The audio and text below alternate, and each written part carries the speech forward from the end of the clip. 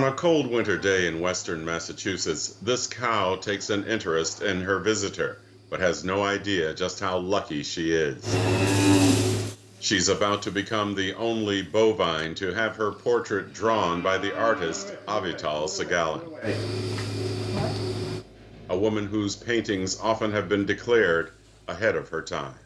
Her friends and mentors included Pablo Picasso, Ruben Tam, and Constantine Brancusi. Galleries in New York and Paris in the 1940s and 50s were interested in Avital's work. It was bold, inventive, and daring. I think Avital's work from the late 40s and the early 50s, when she was only shortly out of Cooper Union, a very young artist in her 20s and early 30s, was on a par with a lot of the very best artists making work both in Paris and in New York at that time. Hugh Davies was the director of the University of Massachusetts's Fine Arts Center Gallery in the 1970s. He went on to a 33-year-long career as director of the Museum of Contemporary Art, San Diego. She was breaking new ground in her atmospheric paintings that combined Cubism with lessons learned, as I was saying, from Turner in terms of light, and also from the Impressionists. But it was a kind of abstraction that was always rooted in the real world, so it was more her subjective record of what she was seeing, which incorporated emotion and perception and phenomenology in a way that was very refined and very appealing. While top galleries were interested in showing her work, Avital declined. She didn't want her art to become affected by rubbing elbows, what was trendy or would sell. I never wanted to have an exhibit like many of other painters of my time, younger painters, or any painters. Many of them would have an exhibit whether they were ready or not. And I absolutely didn't want to do that because I felt that I don't want to be under any obligation and I don't want to have a deadline when I paint. You know, I want to be, if somebody thinks the painting is beautiful and the agent would say, oh, just leave it like that, I would say, no, I'm not going to leave it because I think it's not good enough. I don't think it's finished. This is very good. Okay. This is very good. But over the past few years, Avital decided to share her art on her own terms. She worked with her son Dan and his spouse Elaine. Could you see this being displayed on a wall as opposed to being in a textile as an abstract work of art? It could. To create a website highlighting her artworks and her life story, and to establish a presence on social media. Avital sat for multiple interviews in which she talked about her artwork I think I was still and creative vision. In the fall of 2019, Avital had her first solo retrospective exhibition at the University Museum of Contemporary Art in Amherst, Massachusetts. This is Avital's story. Born in the mid-1920s, Avital always liked to draw. When she was 3, she was able to identify colors. She grew up in Brussels. When she was 15, Germany invaded Belgium. Her family came to the United States by ship to escape the onslaught. She went to high school in New York City. There, Avital's art teacher recognized her abilities and nominated her to attend the Museum of Modern Art's art classes for talented students. She painted this work entitled The Horror of War. It depicts Avital's experience fleeing Nazi bombing. It was exhibited at MoMA. Avital studied painting at Cooper Union College. One summer, she rented a fisherman's shack in Provincetown. She drew the wharf and fishing boats. A few years ago, Avital told her son about the trip. I did this out of the terrace or balcony. It was right on the beach, very close to the water. I could see the wharf, which was illuminated by the sun, which was going down. And at the same time, the moon was coming up. And it's yellow because that's the way I saw everything. It looked yellow, and there was no line of demarcation between the sky and the sea. The next summer, Avital visited Booth Bay Harbor in Maine to meet fellow artist friends Reuben Tam and Carl Nesjar. While there, she drew massive rocks abutting the sea. On another trip to Maine a few years later, she drew a lobster. Here's what she told her son about that trip.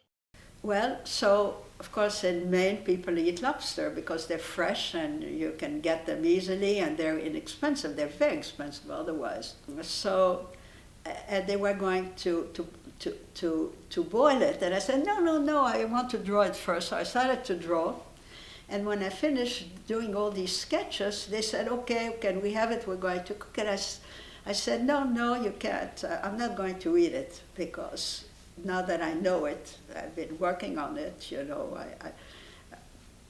would be terrible. It would be cannibalism to eat something that was alive and that I knew, and so I got acquainted with. I wasn't going to eat it. I mean, that's savage to do that.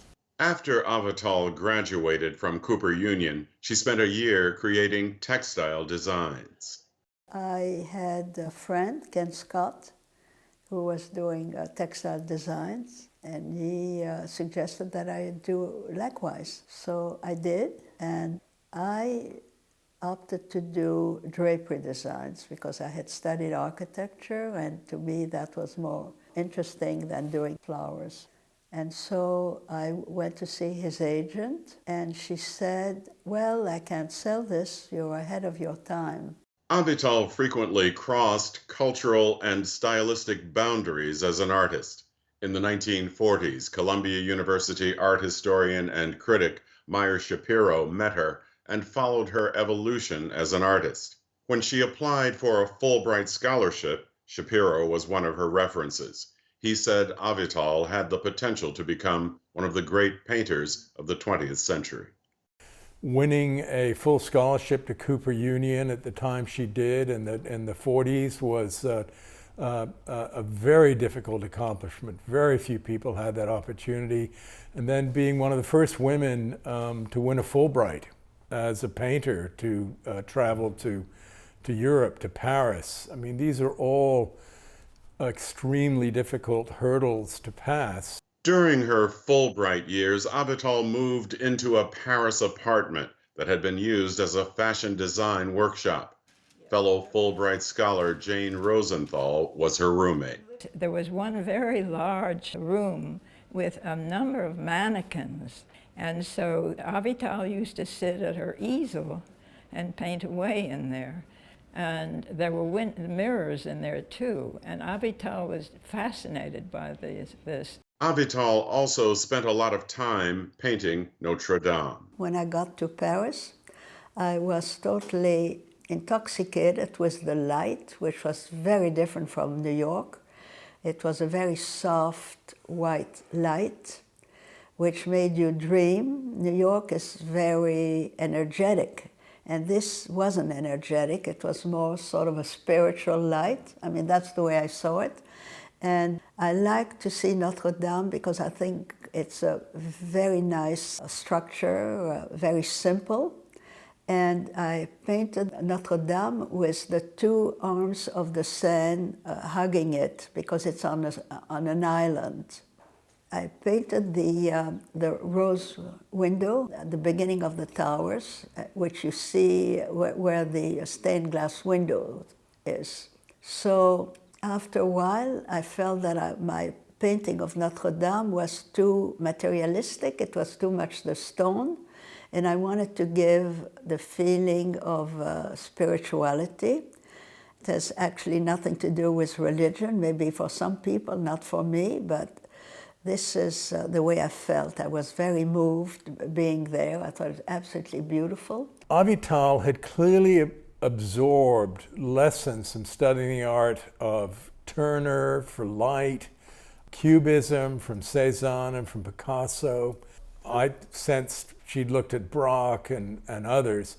But she had a very unique take of her own. There are studies of Notre Dame Cathedral where she's not just portraying it as we see it as architecture, but absorbing the complete effect of being in the space around the cathedral, incorporating not only the light, but the sound of the water, of the river, just as she puts it, getting the full effect. And I was very impressed by the fact that she would continue to repaint Notre Dame different times of day, different times of year, different light conditions. As she says, not repeating herself, but re-imaging it until she captured its essence. And I think in some of those paintings, on multiple occasions, she captured the essence, which only a great painter can do. Through a mutual artist friend, Manolo Angelis Ortiz, Avital met Pablo Picasso in Paris and visited him at his studio and later at his ceramics workshop in Valoris in southern France. Manolo was always telling me, I'd like you to be Picasso. And I said, well, I don't want to, because very frankly, I don't want to be one of those people who are, trying to see somebody well known. I said I can have his message through his work. So one day we went to Picasso's gallery, and then we walked into the gallery, and who do we see? We see Picasso there. And Picasso came with his arms outstretched, like this, and he hugged me and he said, Avital, I wanted to meet you. And I started to tremble because, here I am in the arms of Picasso. And he said, oh, you have to come to my studio, Quai des Grands Augustins, that's a quay near the Seine, and come to Valoris. I said, thank you very much, thank you. And that was it. So one day Manolo called me, and I was staying in a small hotel, and he called and he said, I'm going to see Picasso this morning and I want you to come.